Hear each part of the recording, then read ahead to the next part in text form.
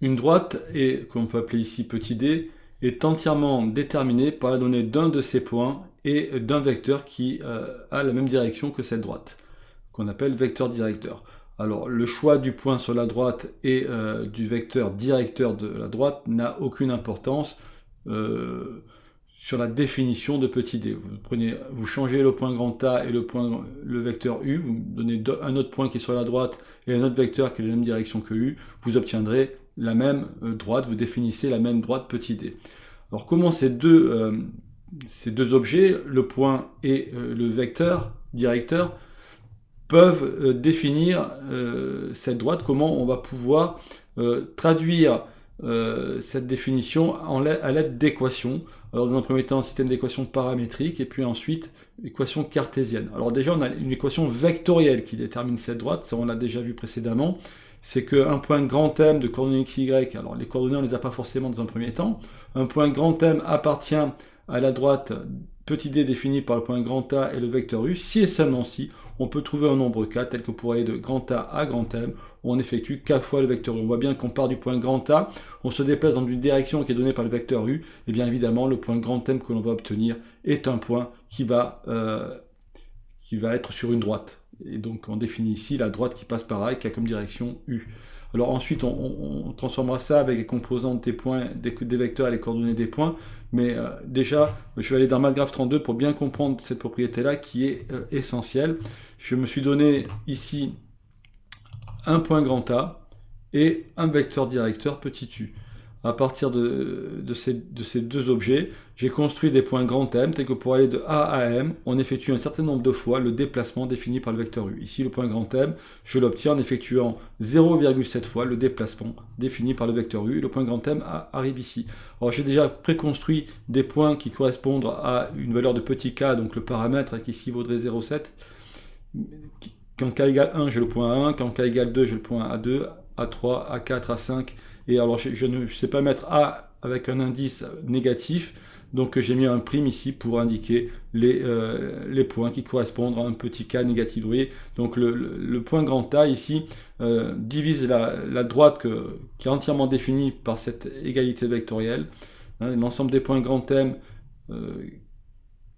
que je peux obtenir en mettant ici n'importe quel nombre réel, correspond à les points, cet ensemble correspond à la droite grand A, la droite définie par grand A et le vecteur directeur petit u.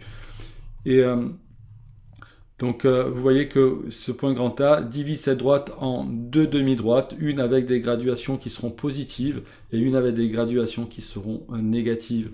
Et finalement, le sens du vecteur u va me donner le sens de parcours de la droite tel que les graduations augmentent. Voyez, et si je me déplace dans ce sens-là, les graduations vont diminuer.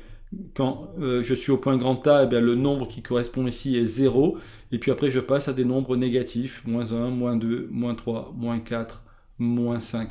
Alors je peux déplacer le point grand A en modifiant la valeur du paramètre petit k. Je peux déplacer le point grand M, en modifiant la valeur du paramètre petit k. Et vous voyez bien que ce point grand M, à chaque fois, alors je pourrais, là ici, je parcours des points de la droite par pas de 0,1, mais on pourrait évidemment rajouter des décimales et obtenir plus de points de la droite. Et le mathématicien lui considère qu'on peut même avoir un nombre de décimales infini. Et c'est pour ça que le nombre ici est ce qu'on appelle un nombre réel qui n'a en réalité absolument rien de réel, puisque un nombre réel a une infinité de décimales, et ça, on a un peu de mal à l'appréhender dans notre condition humaine. Alors, bien comprendre également que cette droite, donc j'ai dessiné ici quelques points, est entièrement définie par le point grand A. Le point grand A est le vecteur U. Le point grand A me donne la position de cette droite. Vous voyez, si je déplace le point grand A, je modifie la position de ma droite. Et si je modifie le vecteur U, je vais modifier la direction de ma droite. Alors, si en plus je modifie la longueur, je vais modifier le pas de graduation, mais ça ne change pas la droite a priori. Si je conserve une même direction, j'essaie de le faire à la main ici, je vais conserver la même droite, simplement mes graduations seront davantage espacées.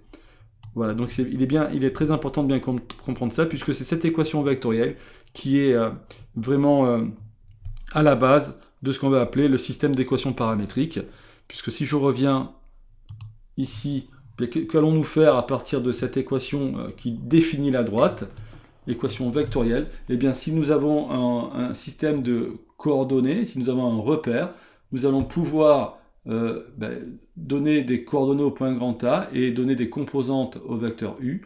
Et nous allons pouvoir dire que le vecteur AM a pour composante bien, les coordonnées du point grand M. Je me dis que le point grand M, donc c'est un point qui au départ est quelconque, donc je mets des valeurs x et y ici qui peuvent être n'importe quel nombre. Ce point grand M peut être n'importe où dans le plan. Et donc moins, évidemment, moins les coordonnées du point grand A. Voilà. Donc là, j'ai les composantes de mon vecteur AM. Le vecteur U, eh bien, je dis que ses composantes, c'est UX et UY. Eh bien, je vais pouvoir traduire l'équation AM égale K fois U en disant que je dois avoir cette même propriété d'égalité en remplaçant le vecteur par ses composantes, doit être égal à K fois UX, UY. Alors K fois UX, UY, c'est K fois X, K fois Y, donc je dois avoir X moins A, Y moins A, le vecteur défini par ses composantes ici, qui doit être égal au vecteur qui a pour composante K fois UX et K fois UY. Et pour que deux vecteurs soient égaux, il faut que leurs composantes soient égales, et c'est là que vous aboutissez à un système d'équations. Il faut que X moins XA soit égal à K fois UX, et Y moins YA doit être égal à K fois UY. Et donc là, vous obtenez un système d'équations paramétriques de votre droite. Donc pour que le point grand M de coordonnées x, y appartienne au point grand D, donc on peut même dire ça comme ça. Si le point grand M de coordonnées x, y appartient au point grand D, alors je dois trouver un nombre k tel que l'abscisse du point grand M, pour l'obtenir, je pars de l'abscisse du point grand A et j'ajoute k fois le déplacement défini par la première composante du vecteur. Donc je fais k fois le déplacement défini par la première composante du vecteur U. Donc ce déplacement, c'est ux fois petit i, le premier vecteur de la base. Et pour obtenir l'ordonnée du point grand M, je pars de l'ordonnée du point grand A et je fais k fois le déplacement défini par le vecteur uy fois le deuxième vecteur de la base. Voilà, tout simplement. C'est comme ça que j'obtiens ce système d'équations paramétriques. Vous avez vu, le système d'équations paramétriques, on peut l'écrire en fait directement. Ici, il apparaît les coordonnées du point grand A. Et ici, vous avez les composantes du vecteur petit u qui indiquent le déplacement à effectuer à partir du point grand A pour obtenir un nouveau point sur la droite petit m, sur la droite petit d. Un nouveau point grand M sur la droite petit d. Vous voyez? Donc c'est pas... Et effectivement, si je fais k fois le vecteur u, je vais me déplacer dans la direction de la droite.